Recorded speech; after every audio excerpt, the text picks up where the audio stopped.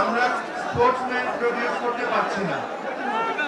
আমার কাছে মনে হয় যদি একটা অনেস্ট আনসার এটা আপনারা জানতে চান তাহলে এই আনসারটা আপনাদের নিজেদের দিতে হবে। আপনারা যদি এখন মনে করেন যে অমুকের কারণে খেলতে পারি নাই, অমুকের কারণে খেলতে পারি নাই, তাহলে এটা একটা স্পোর্টসম্যানের কথা হবে না। একটা স্পোর্টসম্যানের কথা হবে যে হয়তো তো আমার কোনো একটা ভুল ছিল, এই কারণে আমি জাতীয় দলে যেতে পারি না। তো আমাদেরকে ওই জিনিসটা মেনে নিতে হবে যে আমাদের কি ভুল ছিল, আমরা কোন জায়গায় ভালো কাজ করতে পারি, যেভাবে আমি ন্যাশনাল টিম আবার রিপ্রেজেন্ট করতে পারি ডিফারেন্ট সেক্টর। যে দিনের জিনিসগুলো আমরা বের করে নিব ইনশাআল্লাহ, দেখবেন যে ঠিক আজ থেকে 10-15-20 বছর আগে চিটাগং থেকে অনেকেই রিপ্রেজেন্ট করতো বাংলাদেশের বিভিন্ন স্পোর্টসকে। আমরা আবার ওই জায়গাটা ফিরে পাবো।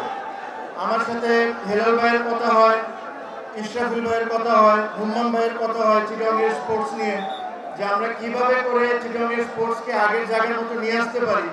আই এম শিওর ওনারা যখন সুযোগ পাবেন তখন ওনাদের বেস্ট ট্রাই করবেন যে চিটাগংয়ের ইন্টারেস্টটা ওনারা সবচেয়ে আগে রাখবেন, রেখে ওনারা যে ধরনের স্পোর্টসই হোক না কেন, cricket, football, badminton, any sports, এই স্পোর্টসকে ওনারা প্রমোট করবেন in the right possible way, যেরকম চিটাগং থেকে আবার আমরা আগের দিনে ফিরে যাই।